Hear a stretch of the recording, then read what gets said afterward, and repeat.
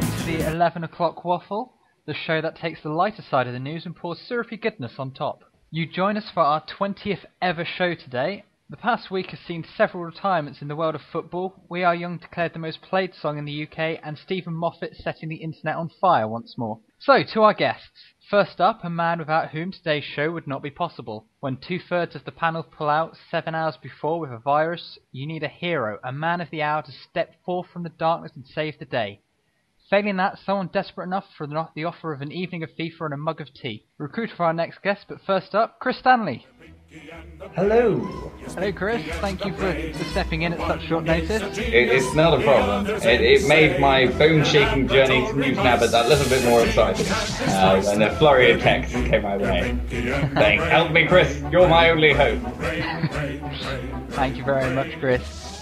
Stepping in as a 7th hour replacement for Alex Walton Kay, please give a warm Waffle welcome to the co-director of 2009's Weird Sisters, one half of the internet hit series Dr. J, and the composer of the Faustus soundtrack, now available online, I believe. Give it up for Loz Shanahan. Hello.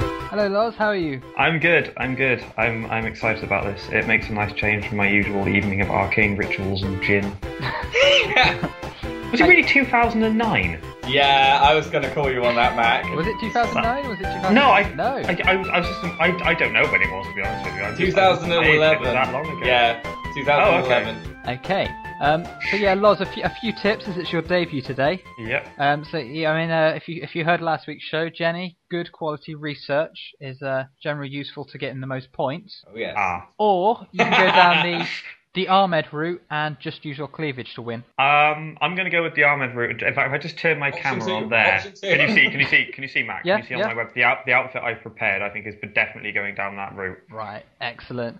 Our third and final guest this week returns, having spent the last few weeks nursing his wounds. His crown as the top waffler was taken from him on our first show back. The pain of losing to Lucy was too much to bear, and he's plotted his revenge ever since, sending Chris Stanley to heckle her throughout her last ever FECCLES performance. Beware the Duncan, Edgar is back. I will break all of you. Hello. Hola, hola, hola. It's Ed here. He's gone all Malvolio on us. Hello, it's good to be back. It's good to be back. So you eager to win today against a newbie and Chris Stanley? I have full faith that I'm going to lose. Ed, you've beaten me twice. In both but times. Loz is full of epic as well, so he's... Yeah, Loz could out Welsh us all, including Mac. Sorry, was I supposed to be Welsh for this one? I'll tell you what, right? I prepared some cracking answers. Done a lot of research. Been down the library for about 6.5 hours I have, and I bet that cost you $40. $40, Loz. And I rode it into water. Alright, shall we begin then? Yeah. Bang tidy. Bang tidy. Yeah. Oh, I've lost Anyway, it. a bit of stats information now. This is our 20th ever show, so it's sort of a mini milestone, really. Woo! And so far on this series of the Waffle, there has yet to be a male win. So unless any of the guests today have an announcement to make over the next 8 questions, that stat will be broken. Although I'm not ruling out Lucy to turn up at some point and claim victory. Oh, Liz could. You have to out-cleavage me if she does. So, onwards with the waffling. Hurrah! Huzzah. Topic 1 this week, and UK astronaut Tim Peake is to go to the International Space Station in late 2015. So give me a tale from beyond the stars. Edgar, you're the one who's had a couple of days to prepare. We'll let you go first. Yes, and I actually have prepared this within the last hour. Sorry. The asteroid 2012 DA14, which you may have heard about, came close to Earth on February 15th this year. And it was pretty much a very close call before it actually hitting down onto Earth itself. If it did hit, it was a narrow miss, by the way. If it did hit, it would have impacted about 2.5 megatons worth of energy and probably would have caused a mass amount of pain for everyone. 5 megatons. 2.5 megatons of energy. That's a lot. When you consider that an elephant weighs, what, like 4 tons maybe? That's a Gallic gun. So that's a Gallic gun. I'm trying to work this out in elephants. That's how I measure everything. And I'm trying to think. Yeah, I'm just imagining like a massive pile of elephants now crashing to earth. And that was my chair. Sorry. I'm pretty sure. I don't think the Earth currently has 2.5 megatons of elephants. I don't know about that, Chris. I don't know. I do like the idea of elephants coming into the geosynchronous ring and then just destroying everything, though. Coming into the geosynchronous ring. Okay, fine. Who doesn't? Who doesn't on a Friday night? It's a strong start by Ed. Chris?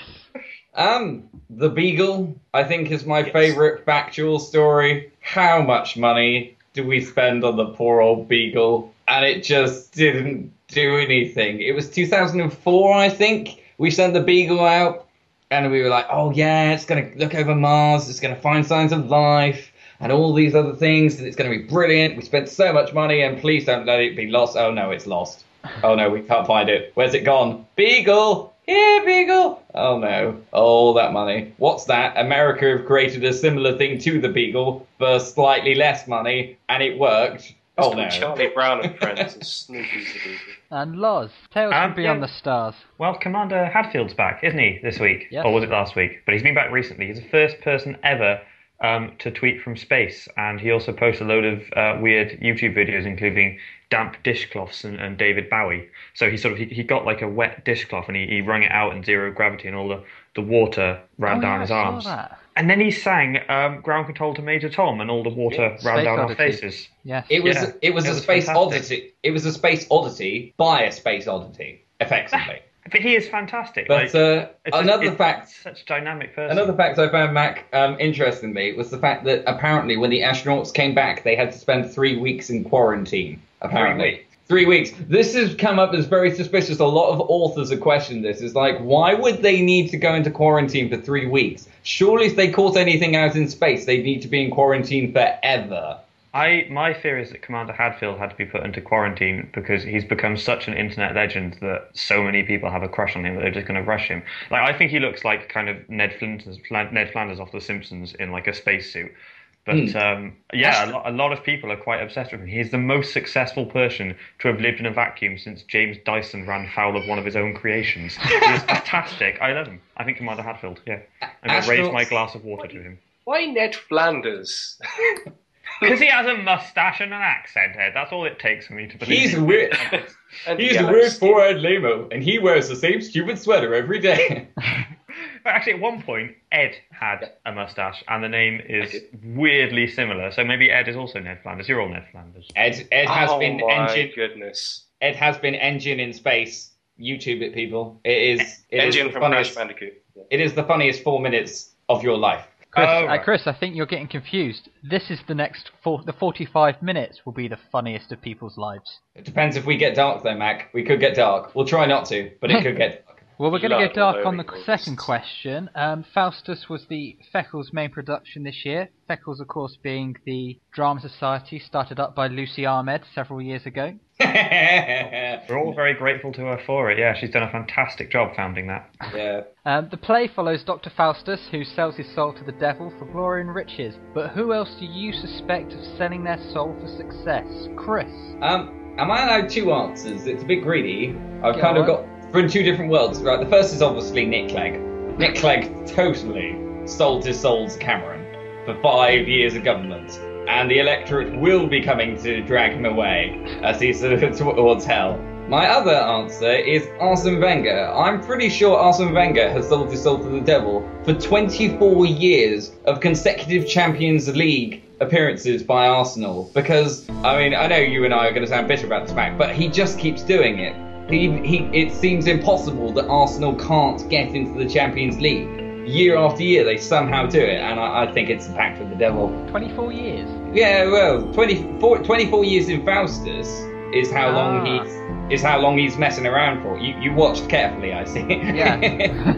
but it's been 16 years, which is a really long run if you think about it. I don't know how long Man United have been in the Champions League. I don't think it's probably about the same, to be fair, but I mean, Man City obviously have only been doing it for 2. It's quite difficult to get into the Champions League, as Tottenham Hotspur fans will testify. So 16 years, yeah, there's something amiss there. Okay, Ed next. I think Microsoft have sold their soul to the devil and sold out with the Xbox One, personally. Yeah. Yeah, I mean, goodness me. I mean, what are they trying to do? I think they're trying to actually be a master of everything, but but they're really not. Because yeah, they're really not. They're basically the Xbox One. It's just a VCR player with a PS3. It is the ugliest thing ever. It's like the console equivalent of Andrew Lloyd Webber. It's awful. It's just so I look at it and I think, yeah, I'm gonna wake up and one of those is gonna be standing at the edge of my bed holding a knife. But not just that. It's like Microsoft is saying, oh, you need this. It's a family entertainment system. You want everything to do with this. And the answer to that is, well, we have everything in regards to that anyway. We can do all these things. And we don't need a multimedia console to do that. So stop trying to sell this to us and just make a games console and not that. So I think Microsoft has something. Just 1 second, sorry. Loz, people who have sold their soul to the devil, like you suspect. Just one thing, if you hear this noise, that's my chair. I'm not harassing a parrot. Well, see, I was gonna say Nick Clegg as well, because every time I see him, he does look like he's had a little bit more sucked out of him. Yeah. I'm assuming that's not by David Cameron, unless their whole arrangement has changed. It's by Pickles. It's by Pickles. All the sort of energy from Nick Clegg is being transferred to Eric Pickles, and that's why Eric Pickles seems to be getting bigger and Nick Clegg is getting thinner. It's like the Absorbaloff. Yes. But honestly, no, I think who has genuinely sold their soul to the devil are the entire cast and production team of Made in Chelsea, because there is no other way they could have won that BAFTA. It's true. It's very true. It wouldn't have happened unless Beelzebub himself was sitting in the. I'm not going to try and do the voice. No, don't do the voice, Loz. Was sitting in the wings, going, "Oh, I know. Let's give them a BAFTA, big shiny mask. Maybe they'll. Oh, I was going to like that. Scoff off. There we go. It's yeah. No, I'm pretty sure they have. Yeah, I'm pretty sure. That's Has anyone ever watched Made in Chelsea? Because I certainly haven't. I've steered well clear. Once. Oh dear. I watched some of it and I had to have my stomach pumped. Question 3. David Beckham has announced that he will retire at the end of the season. A cultural icon both on and off the pitch, but what will he most be remembered for? And this is just a quick answer, guys. Loz, we'll let you go first this time. I think, and I would like to believe, that he will be forever remembered. Once everyone's forgotten all the football, he will forever be remembered for wearing his OBE on the wrong side. Oh, no, he didn't. Yeah, either that or having people repeatedly call him a hero because he's managed to direct a sphere in the right direction. But mostly I think the OBE thing too. That's what I will remember him for. That and his terrifying wife. Edgar. I guess between the 1996 and 1997 season, the opening day, I think he actually scored a goal against Wimbledon from his own side of the pitch. Poor old Neil Sullivan backpedaling. He scored a goal at Wimbledon. Does he just? Yeah, that's the wrong game. Wimbledon. The umpire just had to. Yeah, the umpire just had to allow it. He was like, "I'm sorry, that's a really good goal. I know it's the wrong sport, but I can imagine a football just like crashing into a pair of wickets." Nadal would have to whack it back with a bat shaped like a foot. He had to play Tim Henman in the next round. Hang on, so we've got him. Hang on, Beckham was playing football, cricket, and tennis all at the same time. Yeah. Why not? Chris. I'm surprised though Loz didn't go for the children. Surely the children. Will no one think of the poor Beckham children with their increasingly ridiculous names? I give you Brooklyn. Sounded stupid at the time. Kind of okay. Romeo. Bit cheesy, but we'll take it. Cruz. Cruz. That's an island, I think. And lastly, Harper 7. Harper 7. That's a password. Or for a sci-fi yet to happen, yeah. Yeah, some sort of manga. It is not a name. You can now get into David Beckham's email. Yeah. Wasn't Brooklyn named after where he was conceived? I reckon they all were. So Brooklyn was conceived in Brooklyn. Romeo was conceived in the auditorium during a Shakespeare performance. Cruz was conceived on a cruise. And Harper 7 was conceived whilst watching Harper 7. Which I decided... Watching Shakespeare would either make his brain melt or he'd heckle something stupid like, Victoria, what do they do with those daggers to that emperor guy? Well, he got so bored that he had to, make a child. Yeah. That's why that's what they're called. I'm hoping that didn't happen in Faustus. I mean, I heard demonic noises, but... 9 months' time, there's a baby boom in Falmouth. Well, this is why Mac couldn't remember the number of years that Faustus was condemned for, because he was a bit busy. During the show. Yeah. Okay, time for the scores now at the end of the first quarter. On 12 points, It's Loz. Hey, I'm losing. Also on 12 points, it's Chris. Okay. Narrowly ahead, purely because of his destruction of the Earth story at the start, it's Edgar on 13. Whoa. Question. Eddie. Can we gang up and take him down? I thought you'd never ask. Question Right, number it's 4. on. Mountaineer Kenton Cool, which by the way, how cool a name is that for a mountaineer, has climbed Everest for a record 11th time. So give me other tales of endurance. And Chris, we'll start with you on this one. Oh dear goodness. The problem with this one, it's not necessarily a problem, is that my automatic answer can already be found on previous Waffles with the Eddie Izzard Marathon, which is a great one where he ran the marathons consecutively in a number of days. David Tennant narrated it. It was just mind-boggling. I suppose I could go with my own endurance thing where I tried to do 48 English counties, Wales and Scotland in a summer. That was pretty insane. That's quite cool. It was good. I mean, I did start to physically fail at points because I was carrying my laptop bag around on my shoulder for Carlisle, Lancaster and Manchester. And for all the day in Liverpool, I was like Gohan in the Battle with Cell. I only had one arm. If Cell had turned up, I would have been in trouble. I only had one arm for the whole of Liverpool. It's not good to only have one arm in Liverpool. You kind of need two. See, Chris, you say that, about repeating answers. I'm looking at these first 4 questions. I know for a fact that the first one, if Alex was on, would be Doctor Who. The second one would be Michael Grade. The third one would be his appearance in Doctor Who. And the fourth one would be Doctor Who being on for 50 years. Yes, that's true. That's quite an endurance. Yeah, you could add the Archers as well. How long's the Archers been going? Archers forever. Yeah. Loz. Yeah. Yeah, Kenton Cool. I still can't believe that's a name. Like, I think the endurance test must just be having to deal with all the incredibly jealous people who come up with people with names like Keith Smear going, "Can I have your name, please?" It must take forever. He's David Beckham's uncle, Loz. He's David Beckham's uncle. Oh, so it runs in the family. Yeah. Was Kenton Cool like conceived on an iceberg then? Hence cool. No, but my favourite endurance story of all time is the story of Unsinkable Sam, who was a German ship cat who survived the sinking of the Bismarck, the HMS Cossack, and the HMS Ark Royal. I've heard of that cat, yeah. It's incredible. Like, As I say that, a cat... Sorry, Loz, to cut you off. At that moment, a cat outside my window is mounting a daring raid on our roof. Is he very damp? Because if he is, he might be Unsinkable Sam. He's a bit damp. It has been raining today. But on the Bismarck, nearly all of the crew died, and Sam was found hours later floating on a plank by the British ship, the Cossack, which was later attacked by a German sub, blowing off a third of the ship. But again, the cat survived and was taken to safety on board the Ark Royal, which was later, the Ark Royal being one of the ships that originally sank the Bismarck, was later attacked itself again by another German sub, and Sam was again found floating on a plank, described by rescuers as angry but unharmed. Wow. Does that make him a lucky cat or an unlucky cat? Because he survives, but no one else does. It's difficult, isn't it? I tend to think that any ship he goes on, it sinks. Like, was he on board the Titanic? Can we check this? That'd be an old cat. Stowed away in someone's luggage. Well, to be fair, if 3 ships didn't sink it, well, it's probably survived forever, that thing. Either that or the entire cat is made of cork.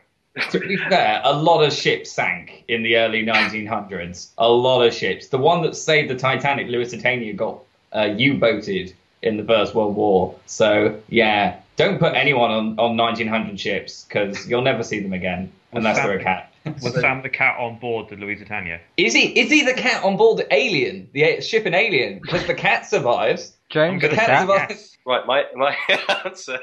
Sorry, my endurance answer is band camp.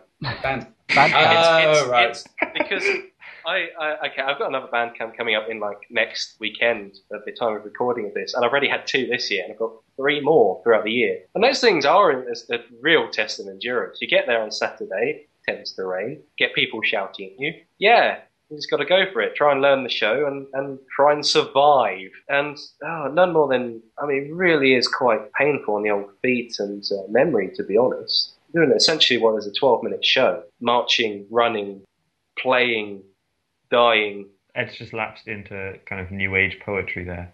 Yeah. I'm expecting clicking, snap fingers, and That almost segues nicely into our next subject. Rod Stewart scored his first UK #1 album for 34 years this week. He said that writing his autobiography helped to cure his writer's block. So, as we're all writers here, what is your best tip to cure writer's block? Chris? well, listening to this show certainly helps.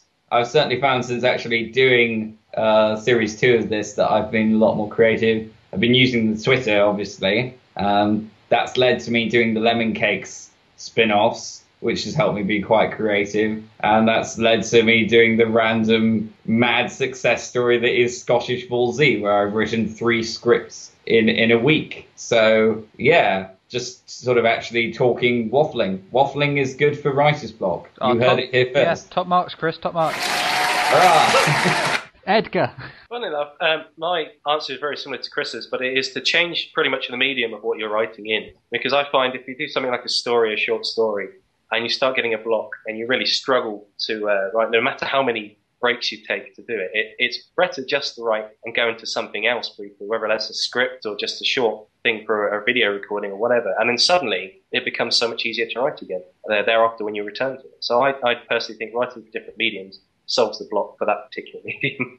It's bizarre, but it works. Okay, and Loz, lastly? I think there's 2 things you can do. I mean, the first thing is that there is a small thing you can do to help prevent writer's block, which is, and you'll all know this, if you're writing one thing, it's almost inevitable that, some sod's law, you'll start having a million brilliant ideas for something completely different in a completely different style, genre, whatever, that you won't use because you're already focused on project A.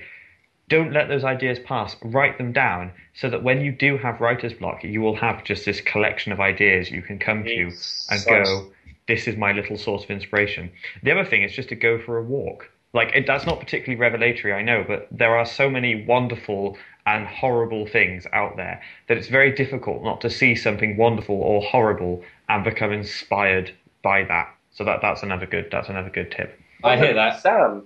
It's Sam. I'm inspired. I did once write a haiku after seeing a seagull get killed by a Ford Mondeo. So there's definitely. Do you have the haiku to hand? I think it was something like "Seagull flies down, does not see Ford Mondeo, all rather messy." Have you been writing headlines for the Sun? We've got the Sun in the Marks and Spencer staff room. Dear goodness, the puns they're giving me. Overload. Is that where all your research is coming from now, Chris?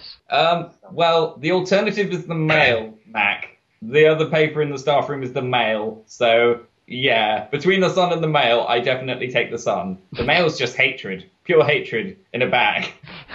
Question 6.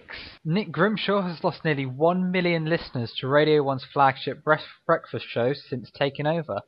I don't know if they've looked behind the sofa for them yet. Meanwhile, Chris Evans has claimed over 600,000 more to his radio breakfast show. So what is it that Radio 1 are doing wrong right now, and what do they need to do to improve? Edgar? It's going to sound quite bizarre, but their music is basically based on what's popular and requested at the time.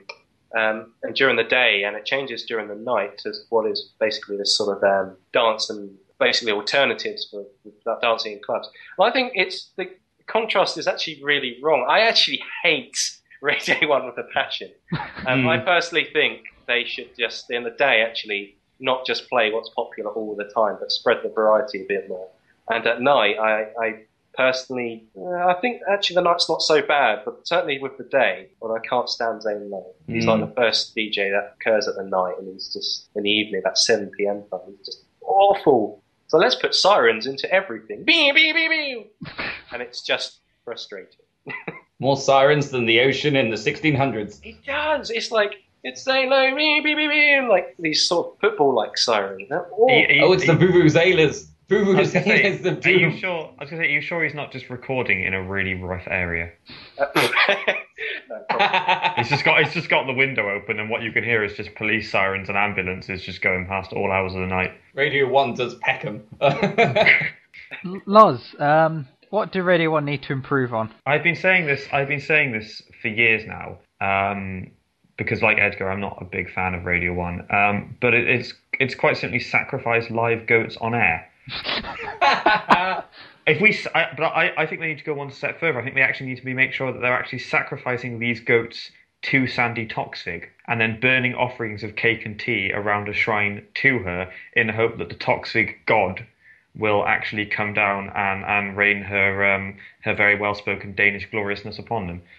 Either that or just fire Nick Grimshaw and hire Chris Evans. Is that not the really obvious thing, looking at the figures? I like that plan. Although Loz, you may be unaware that they occasionally film Radio 1, like for the last hour of the chart show. They go live, so they you can see what's happening in the studio. Right, so get Sandy Toxvig down there to make her judgment on Radio 1, live on video. Yeah, maybe just have the goats in the background though, so no one can see them being sacrificed. They can just hear the noises and put two and two together. I think that would work. But yeah, just hire Chris Evans to replace Nick Grimshaw. Like all ginger people, like myself, he has to avoid the sun anyway. So giving him more time indoors can only be a good thing. Chris.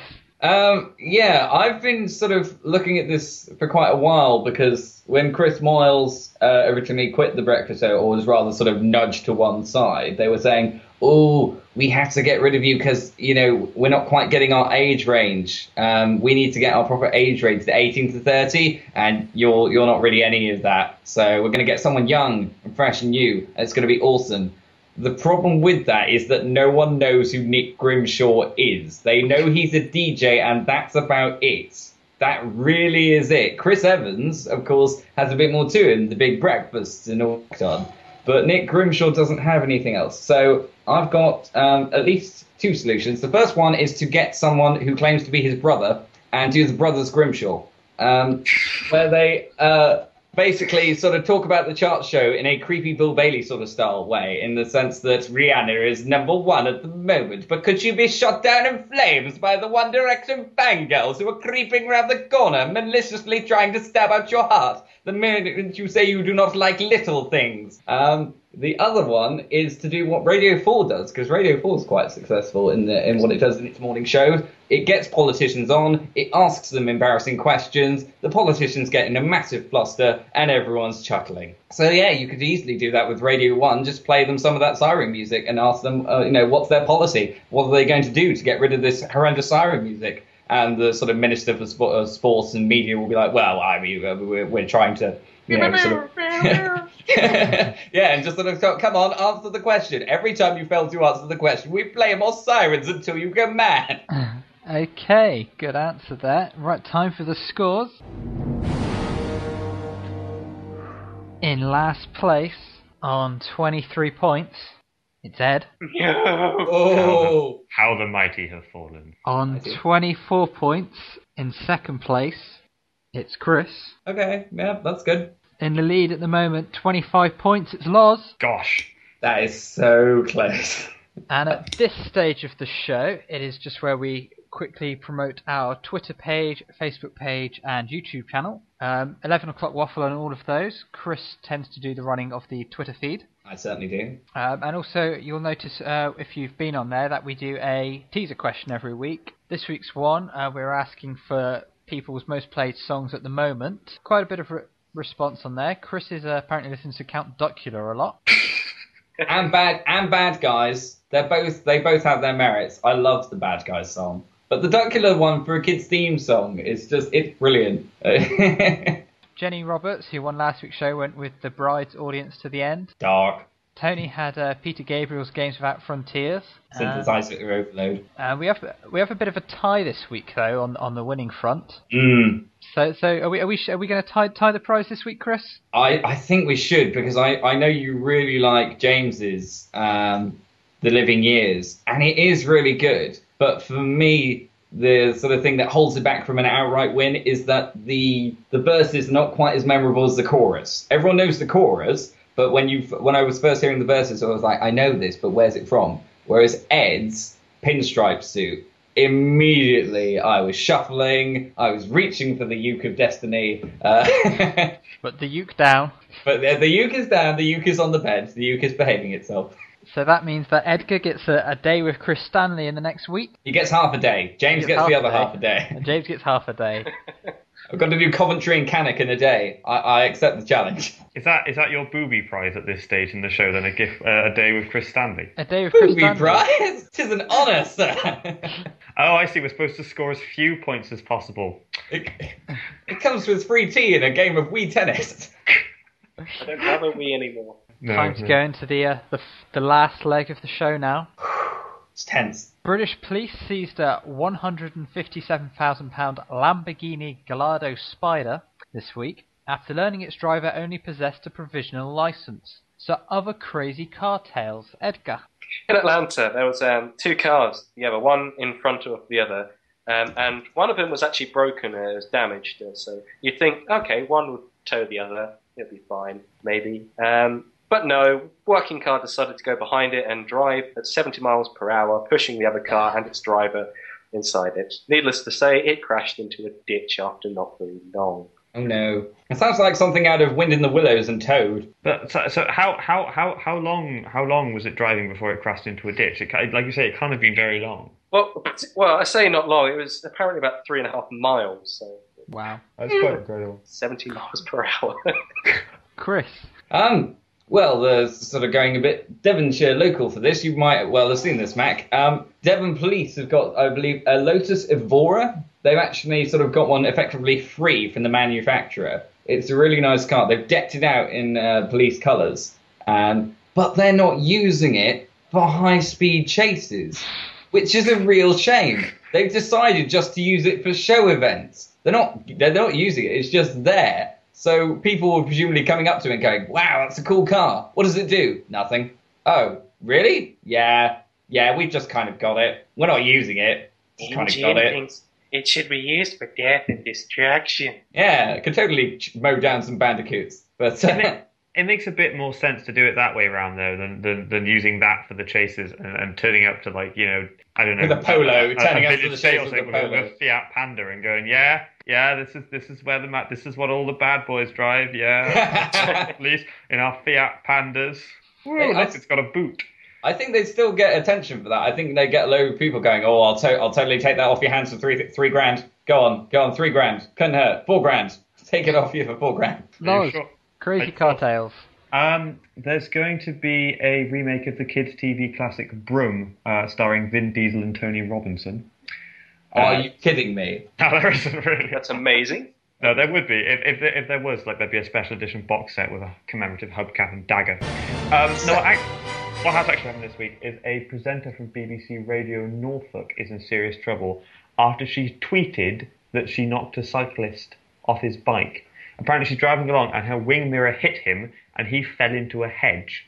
And then later that day she tweeted... did see that. Yet she definitely knocked a cyclist over, claiming that he didn't have the right of way and including the hashtag bloody cyclists. Now, well, at least she didn't go with lol or, epic fail. but that would have caused some serious damage to the cyclist driving at a particular speed, because when I was 14, the same thing happened with me and I was on the bike on the side of the road. And it broke my right arm.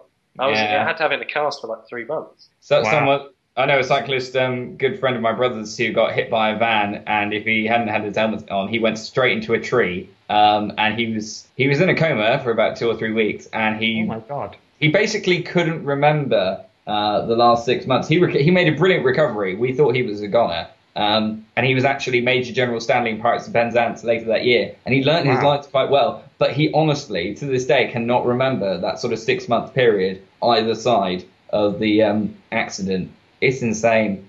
That is insane. Final question of the show now. The Doctor Who finale was on Saturday, and the ending, and indeed the episode, was truly a game changer, affecting the entire history of the show. So other examples of game-changing cliffhangers. We'll start with Chris on this one.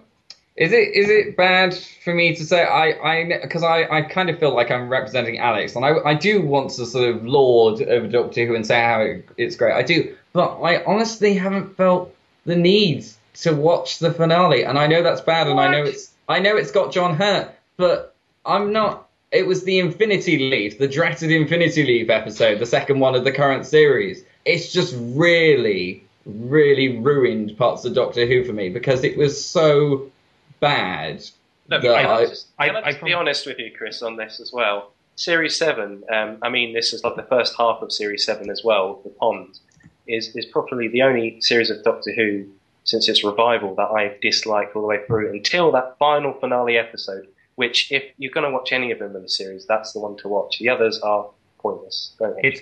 It's so much better than Neil Gaiman's shambling farce last week. Last week? Yeah, that was...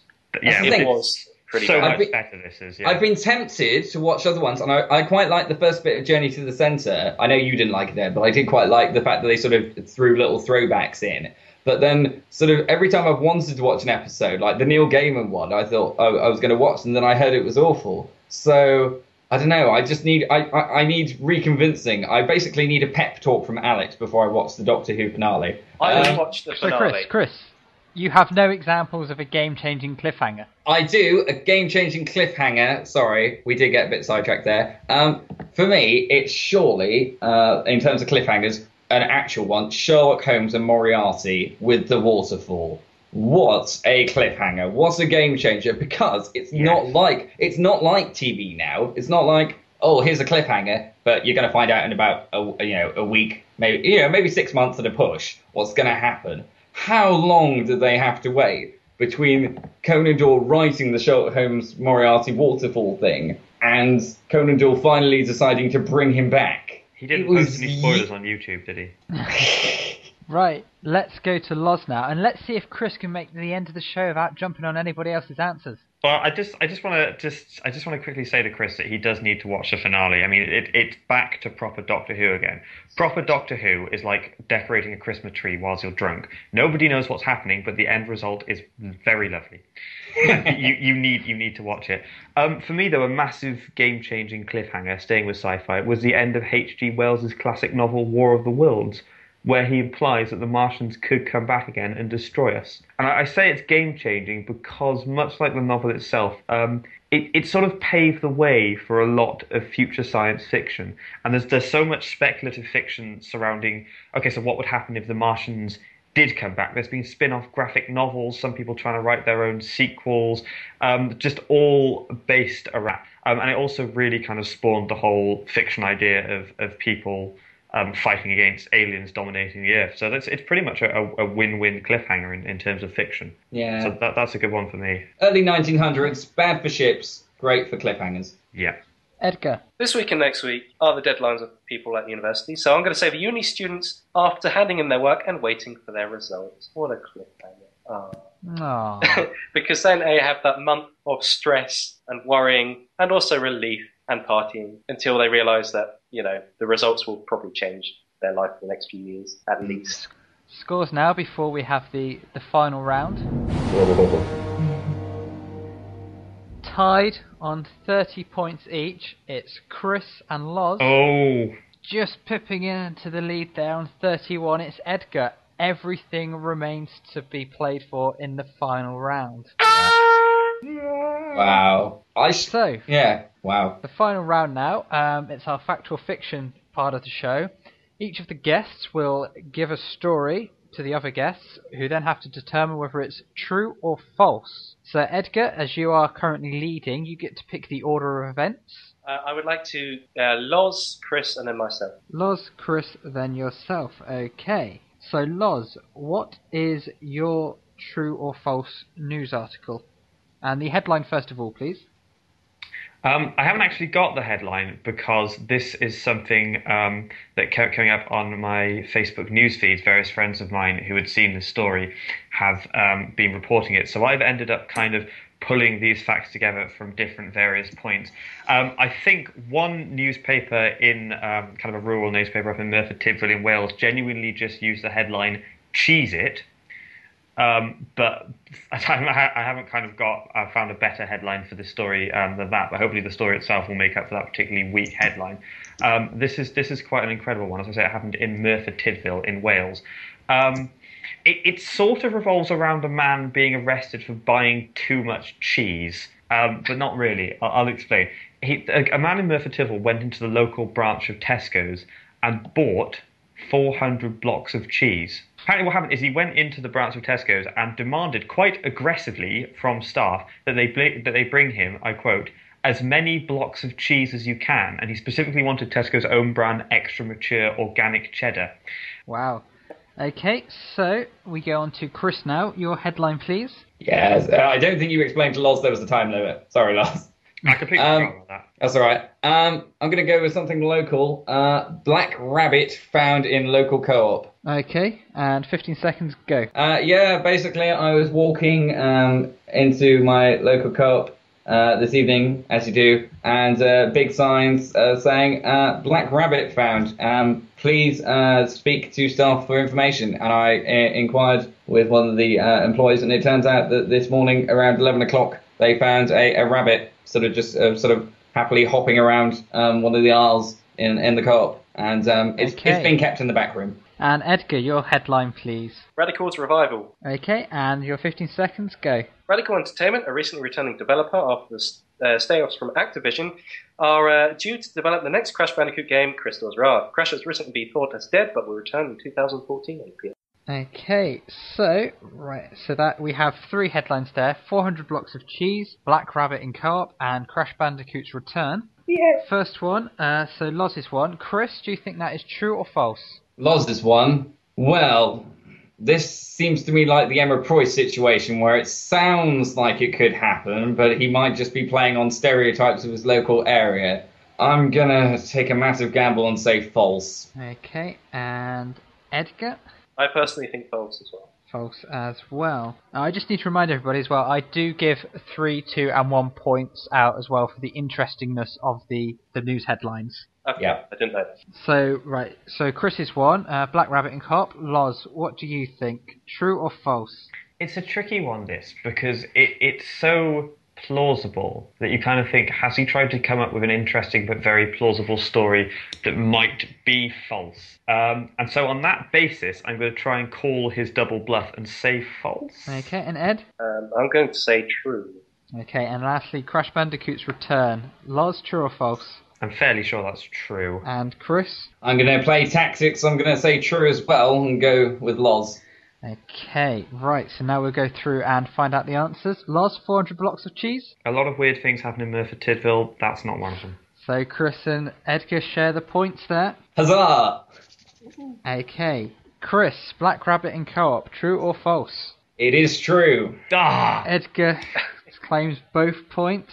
And lastly, Crash Bandicoot. It's false. Ah! So Ed gets the points there as well. Damn you, tricky Edgar. So Tricky. time Ed's time one. for the Ed's final one. scores. Never mind, Loz. We tried. On 32 points, last place, it's Chris. Oh no. I didn't lose! 33 points Didn't and a lose. very respectable score on his debut. It's Loz. Woo! But storming his way back to take the victory this week and laying down a marker, he is out for revenge. It's Edgar, 38 points. I win. It's Groundhog Day. It's 32 points and last again for Chris. Well done, Edgar. I wouldn't have it any other way. That's quite a high last place score. So He got you on his I'm Crash happy. Bandicoot question. If Crash did return, I would be whooping and you would have heard about it before it. Yeah. I did wonder if you'd been kind of keeping it to yourself in preparation for the waffle to just kind of unleash it last minute as a just plausible truth bomb. Just truth bomb. Absolutely. I'm just happy that my Black Rabbit story is true. It's just joyous. It is. So we're on Twitter, the 11 o'clock waffle. We are on Facebook as well. Please join us and follow us. It's always great to hear from people with the feedback they have on the show, and indeed the teaser questions are always good fun to get people's reactions on there. Follow us on our YouTube channel, of which we're doing quite well on this series. 11 o'clock Yep. waffle. We also have a spin-off now, Lemon Cakes, run by Chris. It's so much fun. I'd also like to say that the prize for this one, I got a shirt made from last week's episode where Jenny gave her Kronos story, which is all rock and no Zeus makes Kronos a dull god. And they brilliantly, not only did they send me sweets with the shirt this morning, but I can also basically create a new shirt for free. So, Ed, you get a t-shirt of your choice. Excellent. Oh, that's so good. Thanks. I like We that. have prizes now? We do have prizes. It's the darn sight better than me visiting everyone, and a lot cheaper too. Okay, so that brings this week's show to a close. We'll be back on next week, where our guest, provided there's no sudden illnesses, will be Ashlyn Toy, designer of our fantastic logo and background. It's funkalicious. Tom O'Walker will be on, and of course, Lucy Ahmed's returning. And tune in next week when we'll have the results of the FECCLES elections 2013. Oh, wow. That's a game changer. That's a real game changer. So, thank you to Chris and Loz for coming in at short notice today. This week's winner, Edgar. Everybody have a fantastic week, and we'll be back next week. Thank you very much. Bye-bye. Bye-bye. Bye-bye. Bye.